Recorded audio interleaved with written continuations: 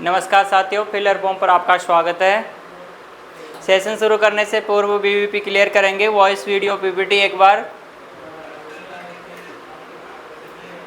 Voice clear है? ठीक है, सेशन स्टार्ट करते हैं। जैसा कि आप सबको विदित है कि हम यूनिट नंबर 7 हिंदी कहानी का अध्ययन कर रहे हैं, जिसमें हमारी कुल अब 6 कहानियाँ बची हुई है। 4 कहानियाँ बची हुई है हमारी, जिसमें आज के शेड्यूल में हम पिता और अपना अपना भाग्य कहानियों का अध्ययन करेंगे। लास्ट क्लास में हमने जो कहानियाँ डिस्कस की थी वो हमने सिक्का बदल गया और आकाशदीप कहानी के बारे में अध्ययन किया था। सिक्का बदल गया कृष्णा शोभती की कहानी थी और आकाशदीप जयशंकर प्रसाद जी की कहानी थी। ध्यान देंगे। आज की जो कहानी है हमारी 2 कहानियाँ, अपना अपना भाग्य और पिता। पिता कहानी ज्ञान रंजन द्वारा रचित कहानी है, जिसमें जो आधुनिक पीढ़ी और जो पुरानी पीढ़ी है उसके बीच में जो दरमियान जो फासले है, उन्हीं फासलों के बारे में ज्ञान रंजन जी ने हमारा ध्यान खींचा है कि किस प्रकार से दोनों के बीच में, चाहे वो वैचारिक मतभेद हो, चाहे वो और कोई जो विशेष जो अंतर आता है दोनों की विचारधारा में, उसी विचारधारा को पिता कहानी में समझाने का हमें प्रयत्न किया है लेखक ने। और अपना अपना भाग्य कहानी जैनेंद्र जी की कहानी है।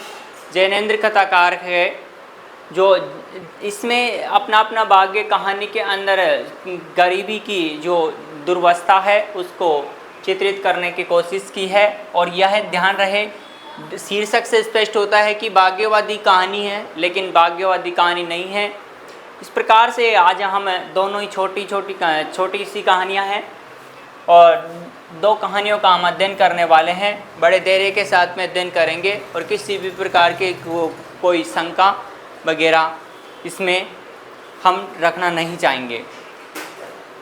तो शुरू करते हैं आज की कहानी हमारी, पिता कहानी। जैसा कि हम कहानी शुरू करने से पूर्व कहानी का जो सामान्य सा परिचय है वो जानने की कोशिश करते हैं कि कौन से कहानी संग्रह में लगी हुई है। कहानी हेस के इधर उधर कहानी संग्रह में लगी हुई है। 1968 में संकलित कहानी संग्रह माना जाता है ज्ञान रंजन जी का पिता कहानी। कुल 12 कहानियाँ इसमें हमें मिलती है, जिसके अंदर दीवा सौपनी, कलह, खलनायिका और बारूद की फूल, आत्महत्या,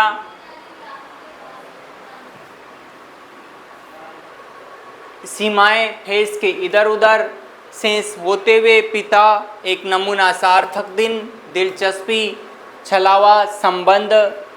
इस प्रकार से कुल 12 कहानियां हमें फेस के इधर उधर कहानी संग्रह में मिलती है। आधुनिक मध्यम वर्गीय परिवार में पीढ़ीगत संघर्ष व द्वंद्व का चित्रण यह कहानी करती है। बिल्कुल सही है। गर्मी का प्रतीकात्मक प्रयोग हुआ है। पात्र सूची की बात करें तो सुधीर है, सुधीर के पिता है, और देवा सुधीर की पत्नी, और कप्तान भाई। ध्यान रहे, मुख्य रूप से 4 पात्र है, इन्हीं के इर्द गिर्द कहानी घूमेगी। किस प्रकार से पिता पुरानी जो पीढ़ी है उसके प्रतीक यहाँ पे माने जाएंगे और अपने जो विचार है वो पुरातनता में किस प्रकार से समाहित है पिता के, वो सब पिता उस चीज़ का प्रतिनिधित्व करेंगे। और सुधीर नवीन पीढ़ी और आधुनिकता और पाश्चात्य संस्कृति का प्रतिनिधित्व करते हुए नजर आएंगे। शुरू करते हैं कहानी। इम्पोर्टेंट है प्रथम पंक्तियाँ। उसने अपने बिस्तरे का अंदाज लेने के लिए मात्र आधे पल को बिजली जलाई। बिस्तरे पर बिछड़े हुए थे और उसकी स्त्री ने सोते सोते बड़बड़ाया।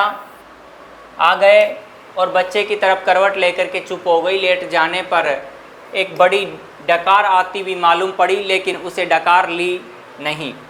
उसे लगा कि ऐसी करने से उसे चुप्पी खलल पड़ जाएगा और चारों तरफ भरी है और काफ़ी रात गए, ऐसा होना उचित नहीं है। कहानी शुरू हो रही है। अभी घनश्याम नगर के मकान में। ध्यान रहे पिता का जो मकान था वो कहाँ पर था, घनश्याम नगर में। पूछा हुआ प्रश्न है, इम्पोर्टेंट है। अभी घनश्याम नगर मकानों के लंबे सिलसिले के किनारे किनारे सवारी गाड़ी धड़धड़ाती हुई गुजरी। थोड़ी देर तक एक बहुत साफ भागता हुआ शोर होता रहा। सर्दियों में जब यह गाड़ी गुजरती है तब लोग एक प्रहर की खासी नींद ले चुके होते हैं। गर्मियों में 11:30 बजे कोई विशेष मतलब नहीं होता। यूँ उसके घर में सभी जल्दी सोया करते हैं, जल्दी खाया और जल्दी उठा करते हैं। ध्यान रहे पिता के घर के बारे में बातचीत हो रही है कि किस प्रकार से उनकी जीवन यापन शैली है, किस प्रकार से जीवन उनका चलता है, उसी का जिक्र यहाँ पे लेकर कर रहे हैं। आज बेहद गर्मी है। रास्ते भर में जितने लोग मिले उन सब ने गर्म और बेचैन देने वाले मौसम की बात की। कपड़ों की फजियत हो गई, बदहवासी, चिपचिपाट और थकान है। अभी तक सवारी गाड़ी शोर करती हुई गुजरी तो उसे ऐसा नहीं लगा कि नींद लगते लगते टूट गई हो, जैसे जाड़ों में प्राय लगता है। ध्यान रहे कहानी में शुरू में ही हमने देखा था कि गर्मी का प्रतीकात्मक प्रयोग होगा और इन पंक्तियों में साफ साफ आपको दिखाई दे रहा है कि गर्मी का प्रतीकात्मक प्रयोग है। और बेहद इम्पोर्टेंट भी पंक्तियां हैं, ये पहचान में नहीं आएगी कि पिता कहानी से है। यहाँ से इम्पोर्टेंट करना कि आज बेहद गर्मी है, रास्ते भर उसे जितने लोग मिले उन सब ने उससे गर्म और बेचैन कर देने वाले मौसम की बात की। कपड़ों की फजियत हो गई, बल्कि यूँ लगा कि अगर सोने की चेष्टा शुरू नहीं की गई तो सचमुच हो जाएगी। और जनहाई पंखे की हवा बहुत गर्म थी, वह पुराने होने की वजह से चिढ़ाती सी आवाज़ भी कर रहा है। उसको लगा कि दूसरे कमरों में लोग शायद उसकी ही तरह जमाइयाँ ले रहे होंगे, लेकिन दूसरे कमरों के पंखे पुराने नहीं हैं। उसने सोचा बंद करके अन्य कमरों की आहट लेनी चाहिए। उसे कोई बहुत मासूम सी ध्वनि भी 1-1.5 मिनट तक नहीं सुनाई दी, जो सन्नाटे में काफ़ी तेज होकर के आ जा सकती हो। तभी पिता की चारपाई बाहर चरमराई। वह किसी आहट से उठे होंगे। उन्होंने डांटकर उस बिल्ली का रोना चुप कराया जो शुरू हो गया था। बिल्ली थोड़ी देर तक चुप रह कर के फिर रोने लगी। अब पिता ने डंडे को गच पर कई बार पटका और उस दिशा की तरफ खदेड़ने वाले ढंग से दौड़े जिधर से रोना आ रहा था और हट हट चिल्लाए। जब वह घूम फिर करके लौट रहा था तो पिता अपना बिस्तर बाहर लगा करके बैठे थे। कनखी से उसने उन्हें अपनी गंजी से पीठ का पसीना रगड़ते हुए देखा और बचता हुआ वह घर के अंदर दाखिल हो गया। उसे लगा कि पिता को गर्मी की वजह से नींद नहीं आ रही है, लेकिन उसे इस स्थिति में रोष हुआ। सब लोग पिता से अंदर पंखे के नीचे सोने के लिए कहा करते हैं, पर वह जरा भी नहीं सुनते। हमें क्या भोगे कष्ट।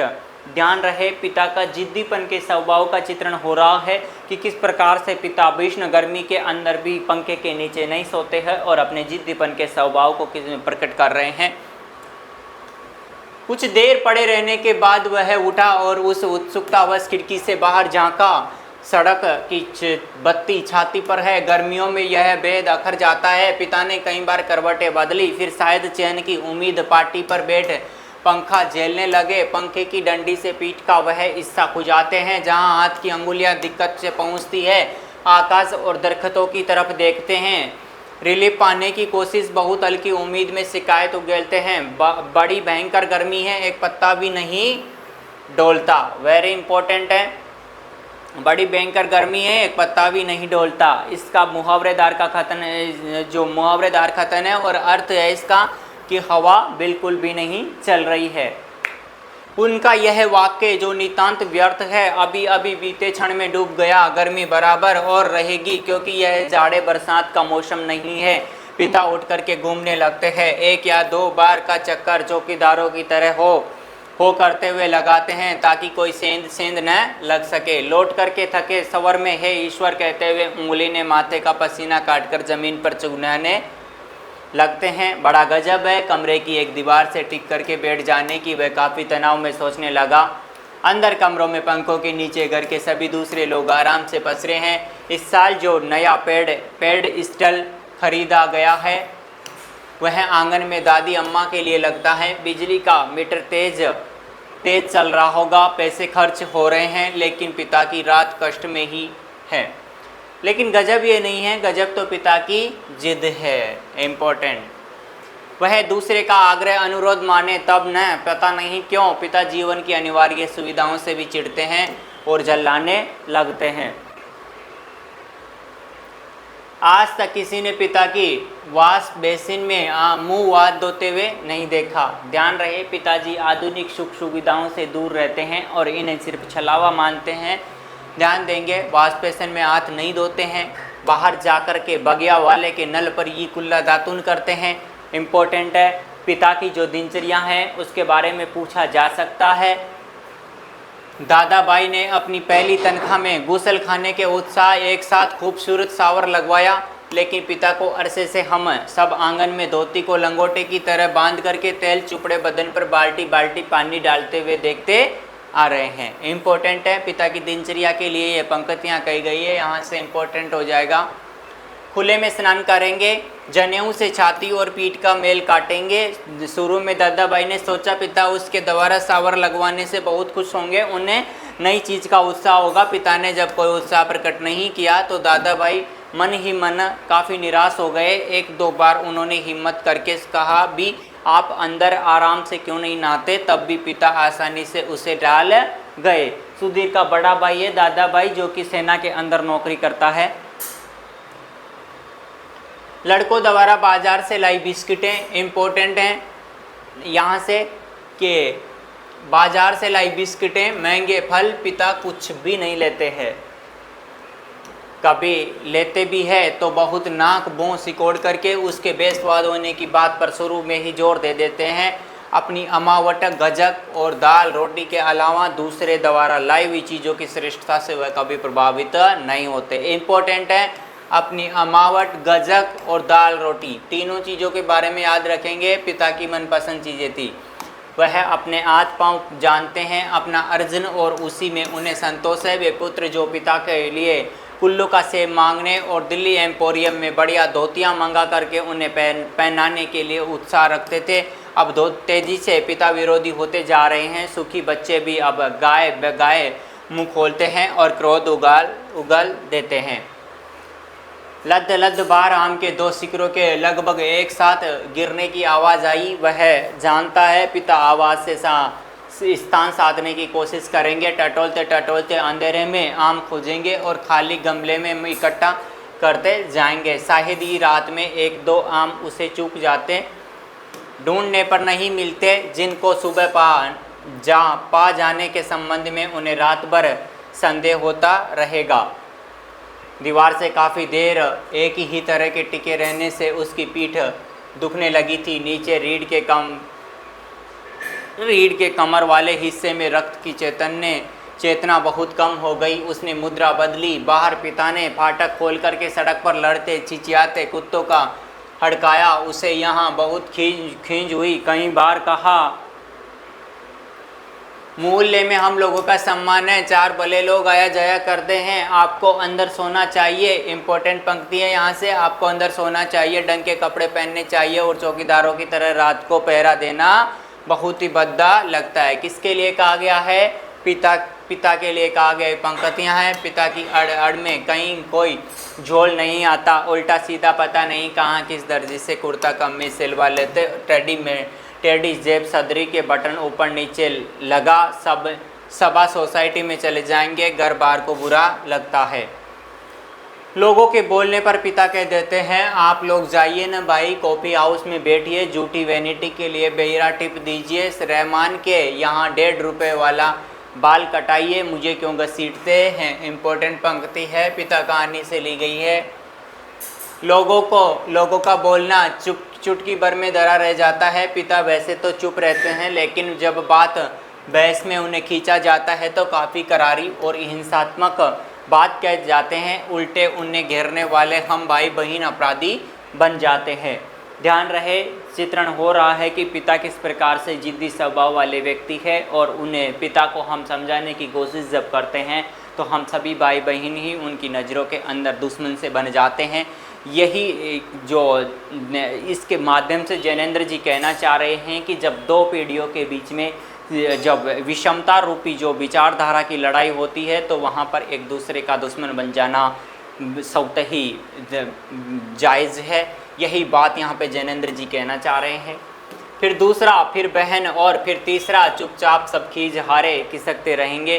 अंदर माँ, फिर माँ जाएगी और पिता विजय पिता की कमरे के गीता पढ़ने लगेंगे या झोला लेकर के बाजार सौदा लेने चले जाएंगे।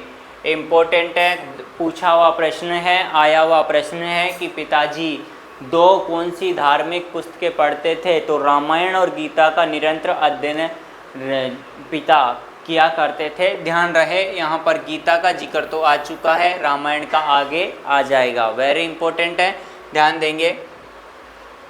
होता हमेशा यही है कि सब मन में तय करते हैं आगे से पिता को नहीं घेरेंगे, लेकिन थोड़ा समय गुजरने के बाद फिर लोगों का मन पिता के लिए उमड़ने लगता है। लोग मौका ढूंढने लगते हैं पिता को किसी प्रकार अपने साथ सुविधाओं में थोड़ा बहुत शामिल कर सके, पर ऐसा नहीं हो पाता। वह सोचने लगा भूख के सामने खाते समय होने वाली बेतसरी की किसी स्थिति में हम रहा करते। यद्यपि अपना खाना हम कभी स्थगित नहीं करते, फिर भी पिता की असंप्रक्ति के कारण व्याकुल और अधीर तो है ही। पिता अद्भुत और विचित्र है। वह सोचते हुए उठा। कमरे में घूमने और सिगरेट पी सकने की सुविधा नहीं थी, अन्यथा वह वैसा ही करता। उसने सो जाने की इच्छा और अपने को ऐसा ही पाया, शायद नींद नहीं आ सकेगी, यह ख्याल उसे घबराने वाला लगा। पिता अद्भुत और विचित्र है, यह बात भूल नहीं पा रहा था। पिछले जाड़ों में वह अपने लोभ को कुचला करके मुश्किल के एक कोट का बेहतरीन कपड़ा पिता के लिए लाया, और पहले तो उसे लेने को तैयार नहीं हुए, लेकिन माँ के काफ़ी गुड़कने फुड़कने के राजी हो गए और उसे खुलदाबाद के किसी लपटू मुल्ला के दर्जी के यहाँ सिलाने चल दिए। सुधीर ने कहा, कपड़ा इम्पोर्टेंट है। सुधीर का कथन, कपड़ा कीमती है, चलिए एक अच्छी जगह में आपका नाप दिलवा दूँ, वह ठीक में सिएगा, मेरा परिचित भी है। इम्पोर्टेंट है, सुधीर का कथन है पिता के लिए। इस बात पर पिता ने काफ़ी हिकारत उगली। वह चिढ़ उठे, मैं सबको जानता हूँ, वहीं म्यूनिसिपल मार्केट के छोटे छोटे दर्जियों के काम अपना लेबल लगा लेते हैं। साहब लोग, मैंने कलकत्ते के हाल एंडरसन के सिल्क कोट पहने हैं अपने ज़माने में, जिनके यहाँ अच्छे खासे यूरोपियन लोग कपड़े सिलवाते थे। इम्पोर्टेंट है, पिता अपने कपड़े कहाँ सिलवाते थे? कलकत्ता के हॉल एंडरसन के सिल्क कोट वाले के पास कपड़े बनवाते थे पिता। ध्यान रहे, वेरी इंपॉर्टेंट प्रश्न है ये। फैशन वेशन जिसके आगे आप लोग चक्कर लगाया करते हैं, उसके आगे पाँव की धूल है, मुझे व्यर्थ पैसा नहीं खर्च करना। कितना परस्पर विरोधी तर्क किया पिता ने। ऐसा अपनी जिद को सर्वोपरि रखने के लिए क्या करते हैं? फिर सुधीर ने कपड़ा छोड़ दिया, जहाँ चाहिए सिलवाइए या बाढ़ में जाइए, हमें क्या है, ये धीरे धीरे बुदबुदाया। ये पिता बाहर अकबका करके उठ खड़े हुए। थोड़ी देर पहले जो उसके बगीचे में गिरा था, उसकी आवाज़ जैसे अब सुनाई पड़ी हो। वह खिड़की के बाहर देखने लगा। किंचित टिक टिक आवाज़ पीठ के पसीने से बेनियान चिपक गई थी। बेहद घुटनी हुई का गर्मी मन उसका मथा जाता था। बीवी पड़ी आराम से सो रही है, इसे कुछ पता नहीं है। शायद पिता की खाट खाली थी, वह गिरा। आम टटोलने के लिए बागियों में घुसे होंगे। पिता ने कितने विचित्र है, लंबे समय से वह केवल दो ही ग्रंथ, इम्पोर्टेंट है, दो ही ग्रंथ पढ़ते आ रहे हैं, यत्रवत नियमवत, रामायण और गीता। Very important. कितने वर्षों से? 35 वर्षों से। ध्यान रहे, दोनों ही प्रश्न कर लिए गए हैं कि कौन सी दो धार्मिक पुस्तकों का अध्ययन करते थे? रामायण और गीता का अध्ययन करते थे। कितने वर्षों से करते थे? 35 वर्षों से। दोनों प्रश्न पूछे हुए हैं एनटीए द्वारा। उसके पहले युवा काल में जो कुछ कितना पढ़ा हो, उन्होंने कभी भयावह, कभी सम्मानजनक और कभी झूठ लगता। इम्पोर्टेंट पंक्ति है, यहाँ से प्रश्न का विस्तार होगा तो यहाँ से ये पंक्ति पूछी जा सकती है। कभी झूठ लगता है, ये देख करके सोच करके कोई व्यक्ति केवल दो पुस्तकों में ज़िंदगी के 35 वर्ष काट सकता है, और कैसे काट लेता है।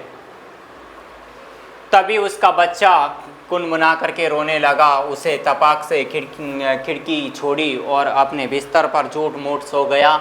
ऐसा न हो कि देवा अपने बच्चे के रोने से उठ पड़े और उसे संदिग्ध अवस्था में देख बहुत से बेकार प्रश्नों का हलकान करना शुरू कर दे। देवा बच्चे के मुंह में सत्न पहले से बेखबर हो गई और वह खुद बिस्तर पर सोता मालूम पड़ करके जागता रहा और स्तन चूसने की चुप चुप आवाज़ आती रही और थोड़ी देर बाद बंद हो गई। उसने तय किया कि यह देवा के बारे में ही कुछ सोचे अथवा उनके शरीर को छूता रहे। उसने देवा के कुल्ले पर हाथ रखा, लेकिन तनिक भी उत्तेजना अपने अंदर महसूस नहीं हुई। उसने थोड़ी देर उत्तेजना की प्रतीक्षा की। अपनी इस हरकत से उसने ऊब होने लगी और मन विलांछित करने लगा। बाहर पिता सोए या जाग रहे हैं, जैसा भी हो वह ज़बरदस्त है।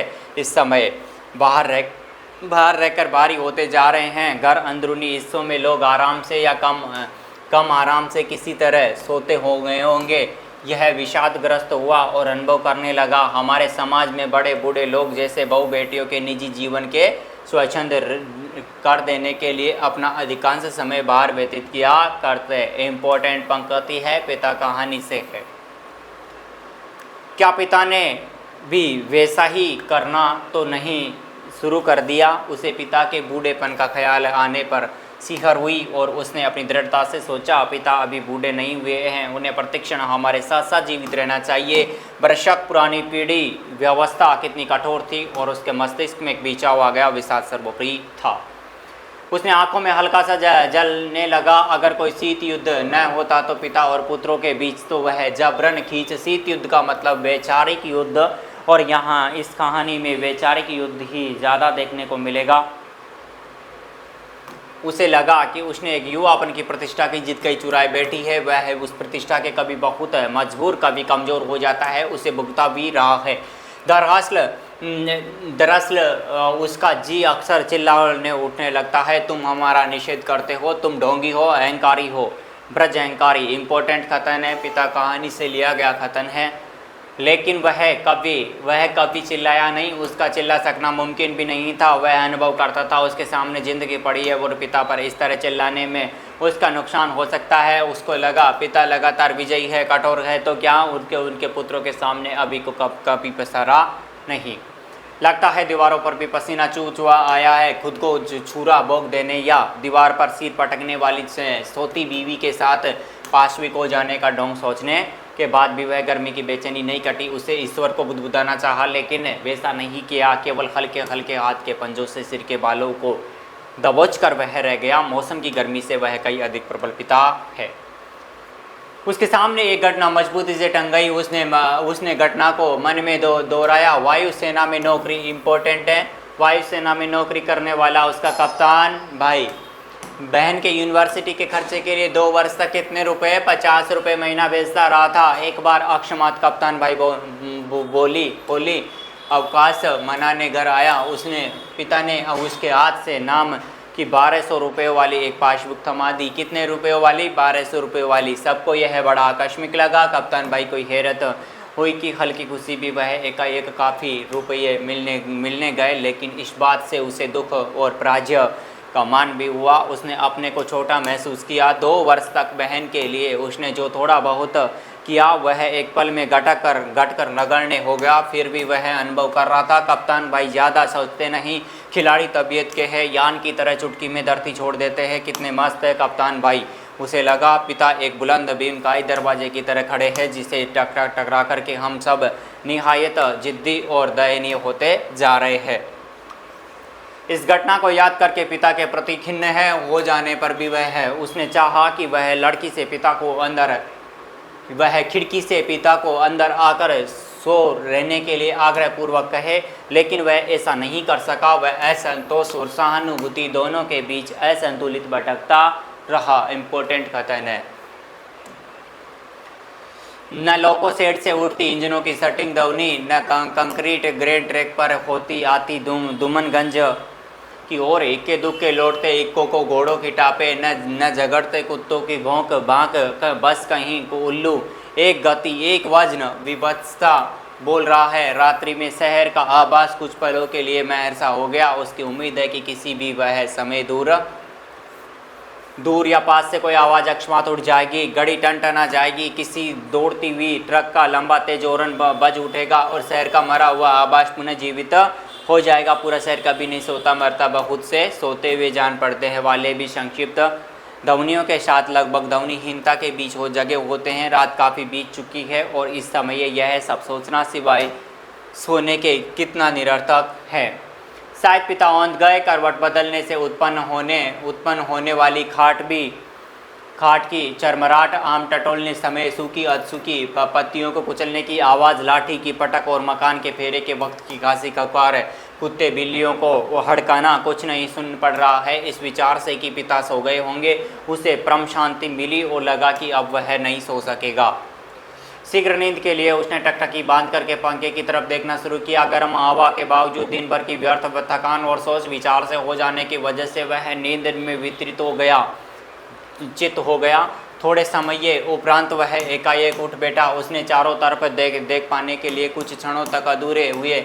उस शरीर में एकाएक बहुत गर्मी सी लगी थी, अजीब सी सरसराहट, शायद पसीने में भीगी टांग पत्नी के बदन से छू गई। मुंह में बुरा सा स्वाद भर आया था। किसी बुरी बीमारी के कारण अक्सर ऐसा हो जाया करता है। उठ करके उसने 2-3 कुल्ले किए और ढेर सारा ठंडा पानी पिया। इतना सब कुछ वह नींद में ही करता रहा। आंगन से पानी पी करके लौटते समय उसने इत्मीनान के लिए कि खिड़की के बाहर देखा और अब नींद तक थोड़ी बहुत ही काफूर हो गई। पिता सो गए नहीं और बहुत कुछ सो करके पुनः जग गए होंगे, पता नहीं अभी तक। हे राम तू ही सहारा है कह करके जमाई लिए। ऐसा उन्होंने कोई दब करके नहीं किया। रात के लिहाज से काफ़ी शोर उठाते रहे। शायद उन्हें इत्मीनान है कि घर में सभी लोग निश्चित रूप से सो रहे होंगे। यहाँ से मोस्ट करेंगे। थोड़ी देर के बाद पंखा ज़मीन पर गिरा करके उनका दायां हाथ खटिया की पार्टी में झूलने लगा। चारों तरफ धूमिल चांदनी फैलने लगी। इम्पोर्टेंट कथन, चारों तरफ धूमिल चांदनी फैलने लगी। सुबह जो दूर है ब्रह्म में पश्चिम से पूर्व की ओर कौवे काँव काँव करते उड़े। वह खिड़की से हट करके बिस्तरे पर आ गया। अंदर हवा वैसी ही है, लू की तरह गर्म है। दूसरे कमरे स्तब्ध है। पता नहीं बाहर भी उमस है और बेचैन होगी। वह जागते हुए सोचने लगा अब पिता भी निश्चित रूप से सो गए होंगे शायद। ये थी हमारी कहानी, पिता कहानी, जिसमें किस प्रकार से पिता और बेटे सुधीर के बीच में वैचारिक द्वंद्व होता है। जो आधुनिक पीढ़ी और जो आधुनिक पाश्चात्य पीढ़ी और जो पुरानी जो पुरातनता की जो पीढ़ी है उसके बीच में, दोनों के बीच में किस प्रकार से वैचारिक टकराट होती है और वही वैचारिक टकराट परिवारों के टूटने का कारण बनती है। यही जैनेंद्र जी ने कुछ हमारे को दर्शाने का प्रयास किया है। जैनेंद्र जी की जो कहानियाँ हैं वो आज के यथार्थता के सत्य पर पिरोए हुए चलती है और उसी यथार्थता के सत्य की ओर इशारा किया है जैनेंद्र जी ने, पिता कहानी ज्ञान रंजन ने। अब अपना अपना भाग्य कहानी हम जैनेंद्र जी की अब आगे पढ़ेंगे।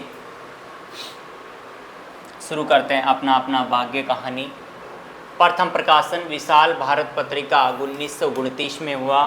अपना अपना भाग्य कहानी का प्रथम प्रकाशन कहाँ माना जाता है? विशाल भारत पत्रिका, जो कि 1929 में। लेकिन अब वर्तमान की बात करें तो यह जैनेंद्र जी के वातायन कहानी संग्रह में संकलित है, जिसके अंदर कुल 13 कहानियाँ हैं। जैनेंद्र जी के कहानी संग्रह की हम बात करते हैं तो फांसी, नीलम देश की राजकन्या और भी इनके जो चर्चित पाजेब कहानी, क्या मनोविज्ञान, बाल मनोविज्ञान की क्या ज़बरदस्त कहानी है। तो एक से बढ़ के एक कहानी संग्रह जैनेंद्र जी ने लिखे हैं। जब बात करते हैं जैनेंद्र के वातायन कहानी संग्रह की तो उसमें कुल 13 कहानियाँ हमें देखने को मिलती है। फोटोग्राफी, खेल, चोरी, निर्मम, साधु की हट, चलचित्र, बाबी, अपना अपना भाग्य, आतिथ्य, तमाशा, दिल्ली में निर्मम, अंधे का भेद, ब्याह है, भाग्यवादी विचारों का यह विरोध करती हुई कहानी है। इम्पोर्टेंट है, पूछा जा सकता है। पहले भी पूछा हुआ कथन है कि भाग्यवादी विचारों का समर्थन नहीं करेगी, भाग्यवादी विचारों का विरोध करती हुई कहानी है अपना अपना भाग्य कहानी। विचार प्रधान कहानी है, बिल्कुल सही, विचार प्रधान कहानी है। संवाद शैली का प्रयोग है, मैं शैली का प्रयोग करेंगे। लेखक भारतीय स्त्री पुरुषों की तुलना अंग्रेजी स्त्री पुरुषों से की गई है, बिल्कुल सही। बेरोजगारी की समस्या का अंकन, बिल्कुल सही। आर्थिक और सामाजिक विषमता का चित्रण करना, बिल्कुल सही। विषमताओं का चित्रण करना तो जैनेंद्र जी की प्रथम विशेषता है। पात्र सूची की बात करें, पहाड़ी लड़का, उम्र 10 वर्ष है, वेरी मोस्ट है उम्र, लेखक खुद कथावाचक है और लेखक का मित्र। इस प्रकार से तीनों के इर्द गिर्द कहानी घूमेगी। अपना अपना भाग्य जैनेंद्र की कहानी शुरू करते हैं। बहुत कुछ निरुद्देश्य से घूम चुकने के बाद सड़क के किनारे एक बेंच पर बैठ गए। इम्पोर्टेंट है, प्रथम ही पंक्ति है, क्रम से पूछी जा सकती है। नैनीताल, ध्यान रखें, इम्पोर्टेंट शहर। नैनीताल की संध्या धीरे धीरे उतर रही थी। रुई के रेसे से भाप से बादल हमारे सिर को छू करके बेरोक घूम रहे थे। हल्के प्रकाश और अंधियारी की रंग करके कभी वे नीले दिखते और कभी सफ़ेद, कभी देर में अरुण पड़ जाते। वैसे हमारे साथ खेलना चाह रहे थे। ध्यान रहे, कहाँ के प्राकृतिक सौंदर्य की बात हो रही है? नैनीताल के प्राकृतिक सौंदर्य की बात हो रही है। पंक्तियाँ दे करके पूछा जा सकता है कि कहाँ का जिक्र हो रहा है। यहाँ से पंक्तियाँ की हल्के प्रकाश और अंधियारे से रंग करके वे नीले देखते, कभी सफ़ेद और कभी देर अरुण पड़ जाते। कहाँ का जिक्र हो रहा है? नैनीताल का जिक्र हो रहा है। अपना अपना भाग्य कहानी में जैनेंद्र का अर्थ कहानी है, उसी के अंदर ये पंक्तियाँ है। पीछे हमारे पोलो वाला मैदान इम्पोर्टेंट है, पूछी गई पंक्ति है और यह सीक्वेंस वाली क्रम में आई हुई पंक्ति है कि पीछे वाले हमारे पोलो वाला मैदान सामने था। सामने अंग्रेज़ों का एक प्रमोद गृह था जहाँ सुहावना रसीला बाजा बज रहा था और पार्श्व में था वही सुरम्य और अनुपम नैनीताल। ध्यान रहे, अपना अपना भाग्य कहानी के अंदर खतन वेरी मोस्ट हो जाएंगे। इसकी पंक्तियाँ कुछ दार्शनिकता लिए हुए रहेगी। जिस प्रकार से आकाशदीप कहानी में से भी पंक्तियाँ मोस्ट बन जाती है, ठीक उसी प्रकार से अपना अपना भाग्य कहानी की पंक्तियाँ भी अपने आप में वेद खास रहती है, क्योंकि इसके अंदर तथ्यात्मक सवाल कम बनते हैं और पंक्तियों को वेरी मोस्ट करना और पंक्तियाँ वेरी मोस्ट निकलती है इसके अंदर। और बार बार जब हम PYQ में जाएंगे तब अपना अपना भाग्य कहानी में से हमें खतन ही कहीं ना कहीं ज़्यादा से ज़्यादा देखने को मिलेंगे। ताल में किश्तियाँ अपने सफ़ेद पाल उड़ाते हुए एक दो अंग्रेज यात्रियों के लेकर के इधर से उधर और उधर से इधर खेल रही थी और कहीं कुछ अंग्रेज एक एक देवी सामने प्रतिष्ठापित कर अपनी सुई सी शकल की डोंगियों को मानो शर्त बांध करके सरपट दौड़ा रहे थे। कहीं किनारे कुछ अपनी बंसी पानी में डाले सेंद्रिय एकाग्र एकास्त एकनिष्ठ मछली चिंतन कर रहे थे। पीछे पोलो लोन में बच्चे किलकारियाँ मारते हुए हॉकी खेल रहे थे। इम्पोर्टेंट है, मैदान पोलो लोन का था लेकिन हॉकी खेली जा रही थी बच्चों द्वारा। शोर, मारपीट, गाली गलौज भी जैसी खेल ही का ही अंश था। इस तमाम खेल को उतने क्षणों का उद्देश्य बना। वे बालक अपना सारा मन, सारी देह, समग्र बल, समूची विद्या लगा करके मानो खत्म कर देना चाहते थे।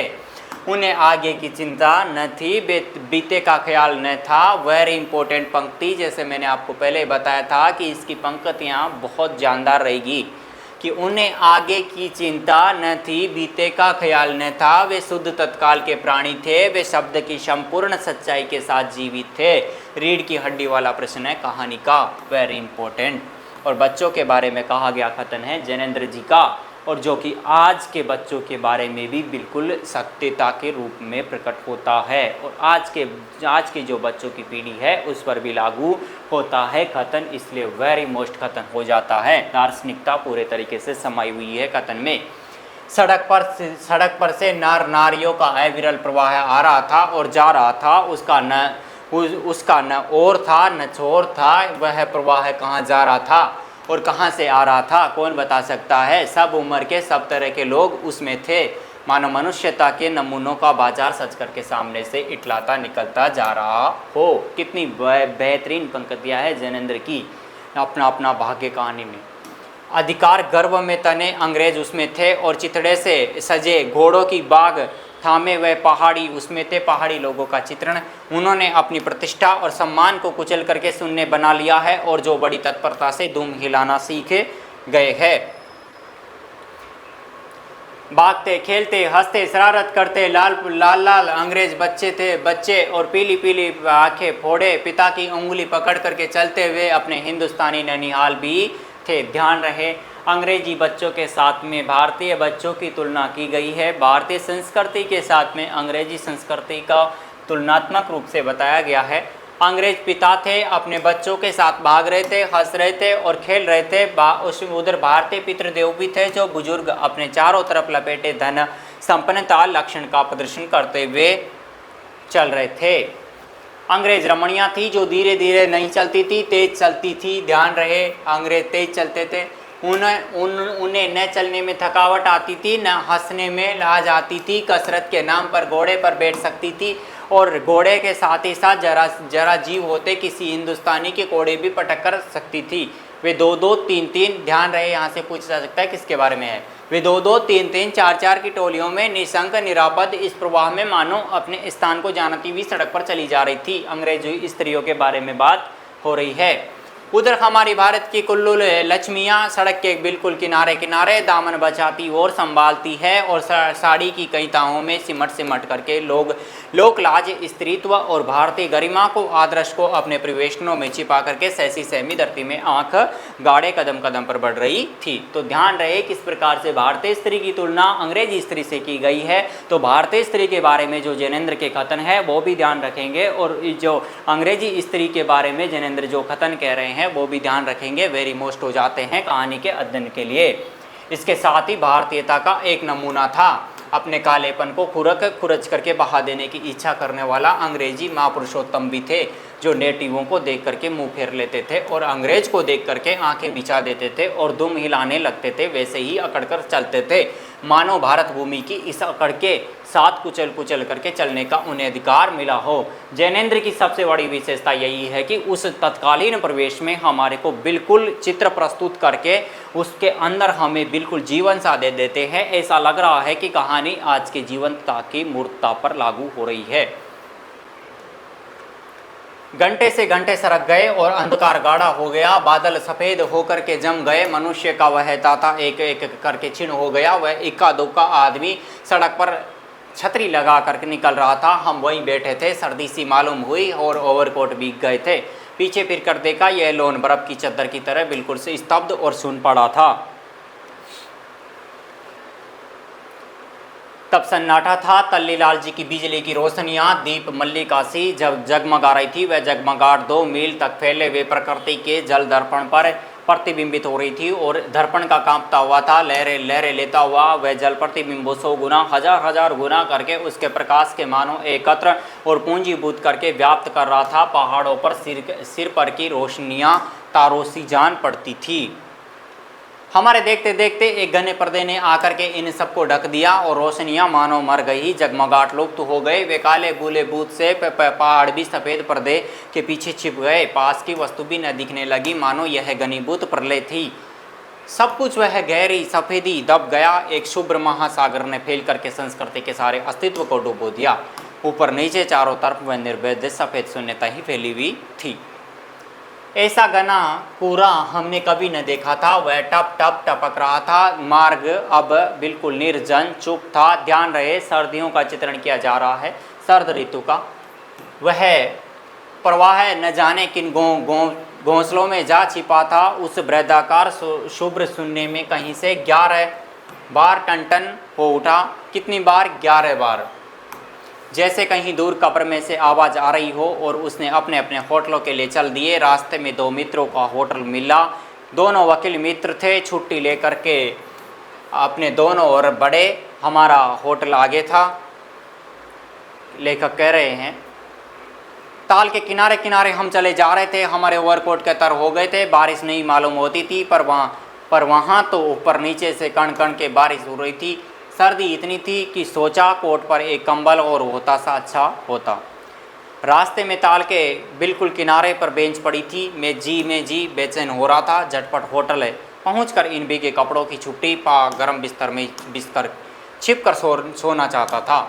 पर साथ के मित्र की सेना कब उठेगी, कब थमेगी, इसका क्या कुछ ठिकाना है, और वह कैसी क्या होगी, इसकी भी कुछ अंदाज है। उन्होंने कहा, आओ जरा यहाँ बैठो।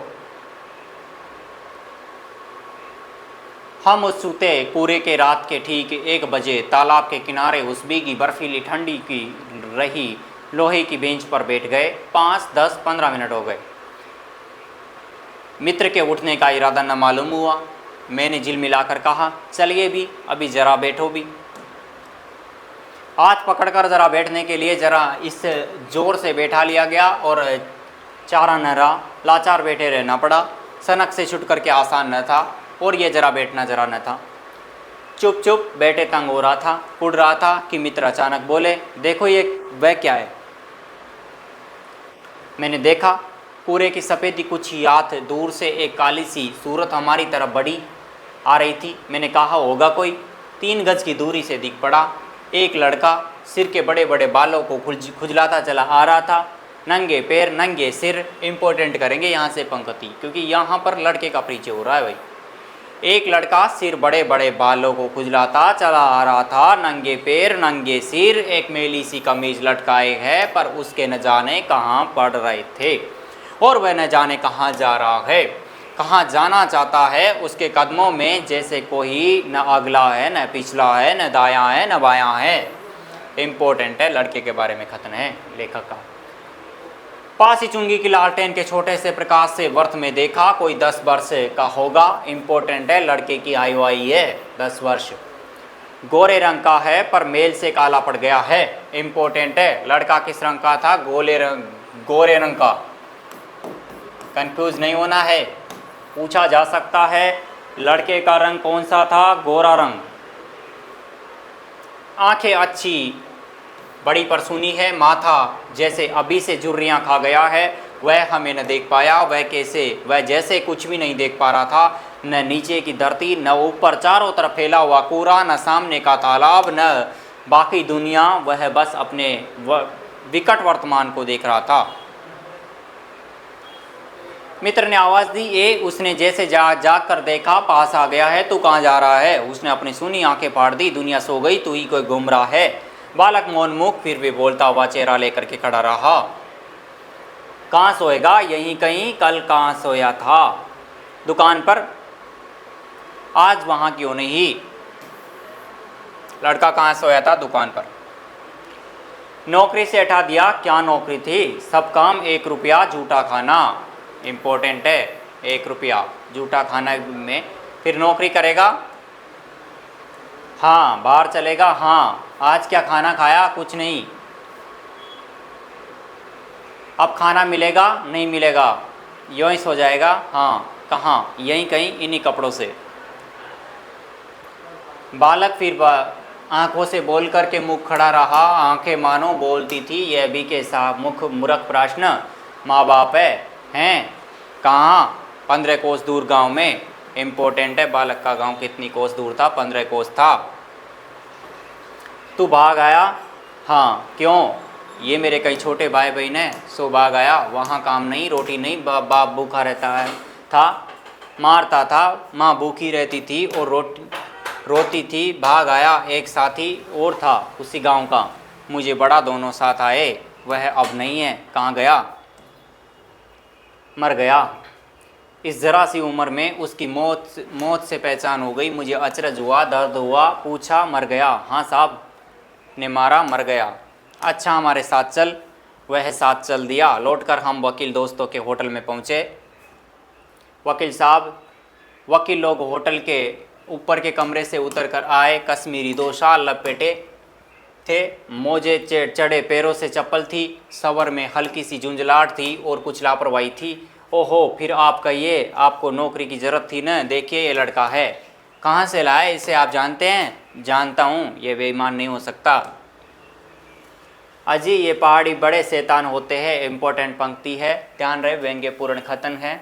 अजी ये पहाड़ी बड़े शैतान होते हैं, बच्चे बच्चे में गुण छिपे रहते हैं। आप भी क्या अजीब है, उठा लाए कहीं से, लो जी ये नौकर लो। मानिए तो ये लड़का अच्छा निकलेगा। आप भी तो जी बस खूब है। एरे गेरे को नौकर बना लिया जाए, अगले दिन वह न जाने क्या क्या लेकर के चंपत हो जाए। आप मानते ही नहीं, मैं क्या करूं? माने क्या खाक? आप भी जी अच्छा मजाक करते हैं। अच्छा हम सोने जाते हैं। वे 4 रुपये रोज़ के किराए वाले कमरे में सजी महसरी में सोने झटपट चले गए। ध्यान रहे कितने रुपए किराए में? 4 रुपये किराए वाले में। वकील साहब के चले जाने पर होटल के बाहर आकर मित्र ने अपनी जेब से हाथ डालकर कुछ टटोला, पर झटकुट निराश भाव से हाथ बाहर मेरी ओर देखने लगे। क्या है? मैंने पूछा। इसे खाने के लिए कुछ देना चाहता था। अंग्रेजी में मित्र ने कहा, मगर 10-10 के नोट है। नोट ही शायद मेरे पास है, देखूं। सचमुच मेरे जेब में नोट ही थे। हम फिर अंग्रेजी में बोलने लगे। लड़के के दांत बीच बीच में टक खटखटा उठते हैं। कड़ाके की सर्दी थी। मित्र ने पूछा, तब मैंने कहा 10 का नोट ही दे दो। शक पकाकर मित्र मेरा मुंह देखने लगे। अरे यार, बजट बिगड़ जाएगा। हृदय में जितनी दया है पास में उतने पैसे तो नहीं है। इम्पोर्टेंट बात है। यहाँ से इम्पोर्टेंट पंक्ति है।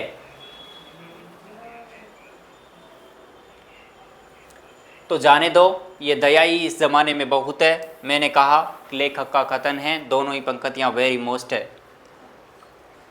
मित्र चुप रहे, जैसे कुछ सोचते रहे। फिर लड़के से बोले, अब आज तो कुछ नहीं हो सकता, कल मिलना, वह होटल डी पब।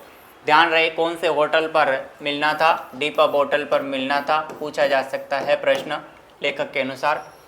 वहीं और समय जो नियत किया गया था मिलने का वो 10 बजे था। वेरी इंपॉर्टेंट है। हाँ, कुछ काम देंगे हुजूर। हाँ, ढूंढ दूंगा, तो जाओ। लड़के ने निराश आशा से पूछा। हाँ, ठंडी सांस खींचकर मित्र ने कहा, कहाँ सोएगा? यहीं कहीं बेंच पर, पेड़ के नीचे, किसी की दुकान की भट्टी में। बालक कुछ ठहरा। मैं असमंजस में रहा। तब वह प्रेत गति से एक ओर बढ़ा और कूरे में मिल गया। हम भी होटल की ओर बढ़े। हवा तीखी थी। हमारी कोटों को पार कर बदन में तीर सी लगती थी। ध्यान रहे, इन पंक्तियों के माध्यम से लेखक कह रहा है कि सर्दी कड़ाके की थी उस वक्त। सिकुड़ते हुए मित्र ने कहा, भयानक शीत है, उसके पास बहुत कम कपड़े हैं। इम्पोर्टेंट। लड़के के बारे में कह रहा है लेखक का मित्र, यह संसार है यार, मेरे स्वार्थ की पिलास भी हुई है। चलो पहले बिस्तर में गर्म हो लो, फिर किसी और की चिंता करना। उदास होकर मित्र ने कहा, स्वार्थ जो कहो, लाचारी कहो, निठराई कहो या बेहाई कहो। दूसरे दिन नैनीताल स्वर्ग के किसी काले गुलाम पशु के दुलारे वह बालक निश्चित समय पर हमारे होटल डी पब में नहीं आया, क्योंकि होटल डी पब का उसे जो मिला था 10 बजे का आमंत्रण मिलने का, वहाँ पर दूसरे दिन बालक नहीं आता है। तो अब लेखक के किस प्रकार से जिजीविषा और लेखक के मन में किस प्रकार से सवाल उठते हैं वो आगे दिखते हैं। हम अपनी नैनीताली सैर खुशी खुशी ख़त्म कर चलने को हुए। उस लड़के की आस लगाते बैठने की जरूरत हमने न समझी। मोटर में सवार होते थे ही ये समाचार मिला कि पिछली रात एक पहाड़ी सड़क के किनारे पेड़ के नीचे ठिठुर कर मर गया। वो कोई और नहीं था, वो बालक ही था। मरने के लिए उसे वहीं जगह, वहीं 10 वर्ष की उम्र, वहीं काले चितड़ों की कमीज मिली और आदमियों की दुनिया ने बस यही उपहार उसके पास छोड़ा था। इम्पोर्टेंट पंक्ति है। कहानी का निष्कर्ष बिल्कुल बयां कर रही है कि मरने के लिए उसे वहीं जगह, वहीं 10 वर्ष की उम्र और वहीं काले चितड़ों की कमीज मिली। आदमियों की दुनिया में बस यही उपहार उसके पास छोड़ा था। लड़के की उम्र कितनी थी? 10 वर्ष थी। लड़के को मिलने का समय कितना दिया गया था लेखक द्वारा? 10 बजे का। होटल कौन सी थी? डी पब थी। स्थान का कौन से का चित्रण है? नैनीताल का।